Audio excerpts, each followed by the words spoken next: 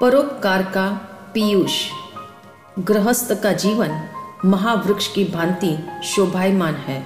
इसकी टहनियों पर बहुतेरे पंछी अपना घोंसला बनाकर जीवन गुजारते हैं, तो इसकी छाया में अनेक यात्री विश्राम पाते हैं। इस प्रकार वह महावृक्ष बहुविध प्राणियों के पोषण और रक्षण का ठौर ठिकाना है। अगर वृक्ष यह सोचे कि ये टहनियाँ, शाखाएं, पत्तियाँ और फल फूल मेरे लिए केवल भार है, मुझे इनसे क्या लेना देना, मैं अपना जीवन खुद गुजार लूँगा, तो इससे न उन प्राणियों को आश्रय मिलेगा, न उस वृक्ष की शोभा बढ़ेगी। वृक्ष का वृक्षत्व इसी में है कि वह अपने फल फूल एवं शाखा प्रशाखाओं का विस्तार करके हजारों हजारों प्राणियों को आश्रय देता रहे और उनके ठोस विश्राम स्थल की भूमिका अदा करे। जीवन ऐसा हो जो स्वयं का विकास करता हुआ दूसरों के उत्थान में भी मददगार बने, निराश्रितों को आश्रय दे, शक्तिहीनों को शक्ति दे एवं जिन्हें पोषण की अपेक्षा है और छाया की आवश्यकता है, उन्हें पोषण एवं छाया देकर रक्षित करें। एक दूसरे के लिए उपकारी और सहयोगी बनना इंसान की फितरत है। इसलिए आदमी का आभूषण हार या श्रृंगार नहीं, अपितु परहित और परोपकार ही है।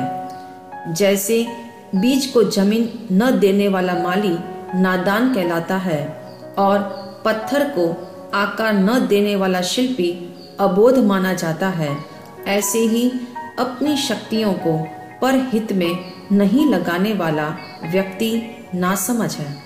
अगर प्राप्त शक्तियों का उपयोग दूसरों की भलाई, हित, कल्याण और लाभ में न लगाया जाए तो वे शक्तियाँ जंगल के तालाब की तरह बन जाती है, जो न किसी के जीवन को सुरक्षा दे सकती है और न स्वयं को साफ सुथरा रख पाती है। स्पष्ट है, दूसरों की भलाई के लिए निष्काम भाव से किया जाने वाला कार्य परोपकार है। दूसरों की मदद करना, उनकी वेदना, शोक, संताप, संकटों को मिटाने के लिए मानसिक, आर्थिक, वाचिक एवं कायिक सहायता पहुंचाना परोपकार है। मोहम्मद साहब ने अपने परिवार और अनुयायियों से कह रखा था कि अगर तुम घर में भोजन बनाओ तो जहाँ तक उसकी सुगंध पहुँचे उन सबको निमंत्रण दे आओ। पहले उन सबको खिला देना, फिर जो बचे वह खुद खाना। सागर ने धरती को बादल दिए, इसलिए वह कभी नहीं सूखता। तरुवर ने लोगों को मीठे फल दिए, इस कारण वह सदा फलों से लदा रहता है। सरोवर प्यासे कंठ की प्यास बुझाता है, इसलिए अपना माधुर्य नहीं खोता। उसी आदमी का जीना वाकई में जीना है जो दूसरों के काम आए। रामचरितमानस में तुलसीदास जी कहते हैं, परहित से बढ़कर कोई धर्म नहीं। कहना होगा, मानव जीवन परोपकार के आधार पर गतिमान है।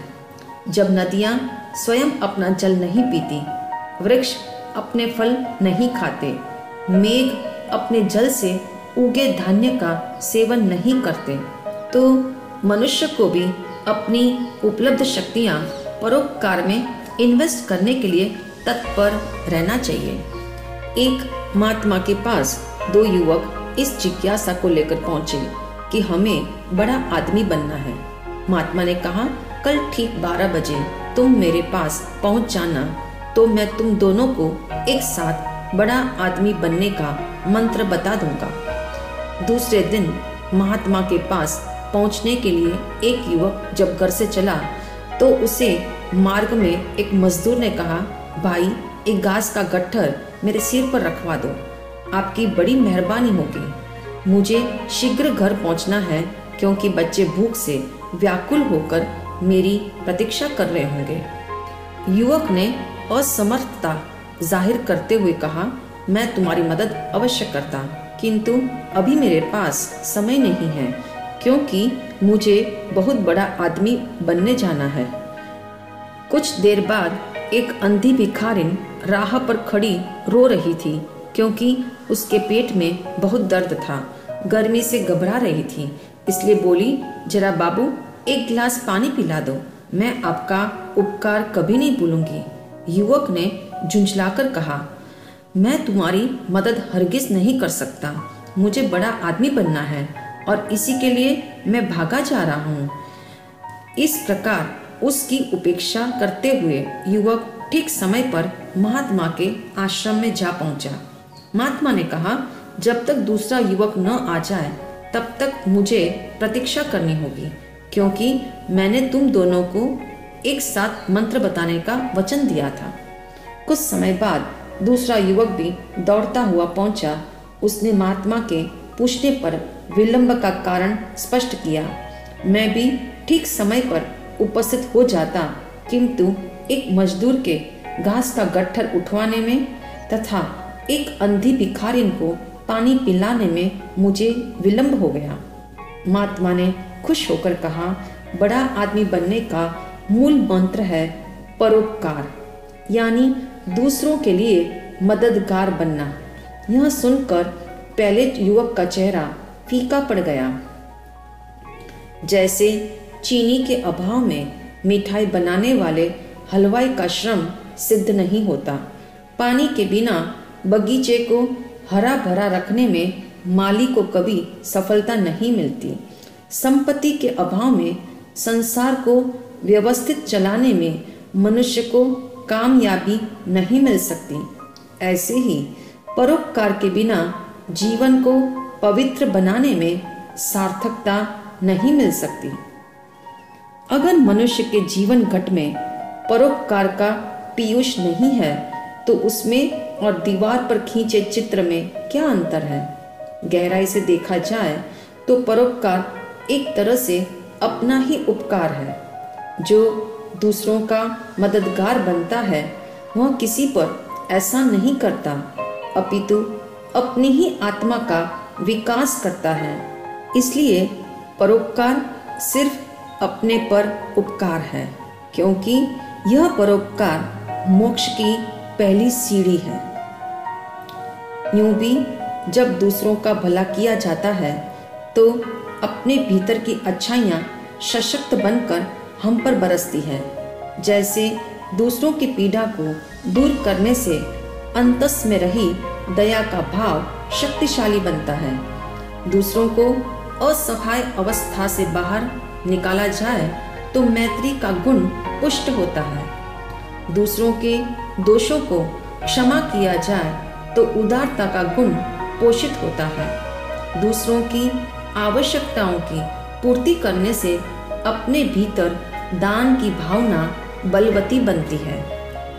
इसलिए कहा है, परोपकार से अपने भीतर दया, दान, सहानुभूति, उदारता और मैत्री आदि गुणों की वृद्धि स्वतः हो जाती है।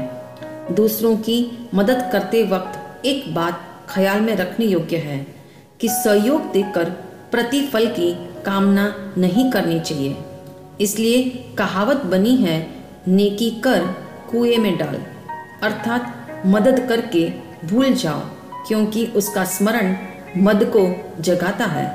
कहा भी है, किसी का उपकार करके भूल जाना, परंतु उपकार करा के मत भूलना।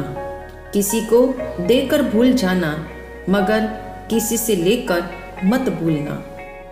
स्मरण रहे, नदी का बहना बंद हो जाए तो उसमें मटमैलापन आ जाता है। ऐसे ही जीवन की शक्तियाँ स्वार्थ केंद्रित हो जाए तो वे अभिशाप बन जाती है। परोपकार केवल धन से ही हो सकता है ऐसी बात नहीं है। संपत्ति हो तो दान करो, तंदुरुस्ती हो तो मदद करो, वाणी का वैभव हो तो सलाहें दो और सद्बुद्धि हो तो दूसरों को सन्मार्ग में स्थिर करो।